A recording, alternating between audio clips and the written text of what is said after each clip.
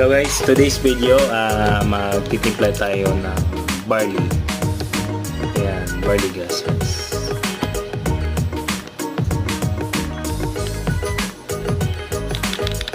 Hey love, pareho ka sa akin love.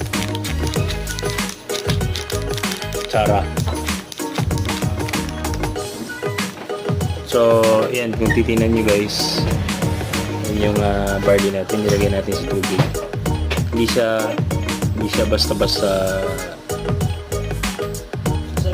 Thank you. Hindi siya basta-basta bumababa kasi juice powdered siya. Wala siyang fiber. Yung fiber kasi mabigat. Yung mabigat. So, pagka nilagay mo yon, no, yung mga sapal-sapal, bababa agad yun. So, ito guys, pansin nyo. No? Hindi yan. Kung hindi mo yan